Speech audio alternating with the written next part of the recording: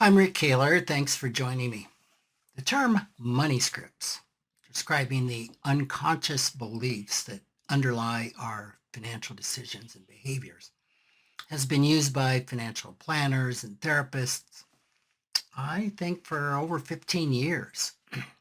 Since that term was first published in my co-authored book, Conscious Finance, in 2005, my views on the formation and the intent of money scripts has evolved. Recently, I've been speaking on this nuance in a presentation that I've called Money Scripts 2.0. Here's a quick primer on money scripts. They're unconscious and unexamined beliefs about money. They're formed early in life, either overtly or covertly. That means either off of what they've seen and heard or what they haven't seen and haven't heard around money. The deepest money scripts are usually the result of trauma or drama.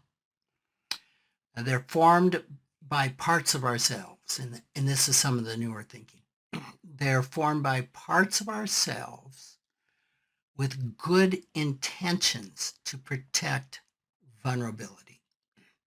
So money script in itself is not formed maliciously or with the intent of hurting, but the intent of protecting, usually the vulnerability that comes out of the trauma or the drama.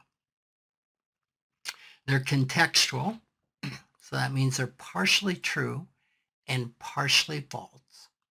Just depends on the context, on the circumstances. The really deep ones are rigid and inflexible. So if a money script isn't rigid and inflexible, it may be a money script, but it's not a money script that's going to cause you a lot of problems because it's flexible. Some are generational. Many are polarizing or conflicting. So for example, if you've ever had somebody say, well, a part of me wants to do this and a part of me wants to do that. Next, they limit our financial choices and behaviors. That makes sense. And they result in driving the hurtful financial behaviors. So the beliefs drive the behavior. In the past, I taught that money scripts were written for us by someone else, like a parent or an authority figure, and that we memorize these scripts until we internalize them and had them down perfectly, like an actor's lines, and that they work perfectly in the right setting or play. But try that same script in a different play, and the result is chaos and confusion. So again, what's new about my thinking on money scripts is that unless they're generational, passed down, they are not written for us by someone else. The bulk of our money scripts are written by parts of ourselves. Many of the deepest and most problematic money scripts are crafted as a result of a trauma or drama, and they're meant to protect a wounded part of ourselves from ever reliving or feeling that deep emotion again. Here's how I see that money scripts form. First, you would experience a trauma or a drama, which is a painful, abusive, maybe a shaming event. The result is emotional wounding that isn't processed or resolved. And what that means is there's probably was not an adult there with the emotional capacity to help you process or resolve what just happened. So that leaves it unprocessed. And then we make up, and when I'm saying we, these are usually us as kids, small kids. We make up a story, which is a rationalization to explain what happened. And then from that story, we internalize lessons meant to avoid future pain. And those lessons gel into a rigid money script or an extreme belief. So that money script is now ingrained in the limbic system. We don't even have to think about it. It just happens. All right. The limbic system, you could call it that's our subconscious emotional brain. It doesn't have to think, it reacts in a nanosecond. So that belief, that money script, leads to financial behavior, which is meant to be protective. And even though it's meant to be protective, as circumstances change, as we mature, that behavior can be financially harmful.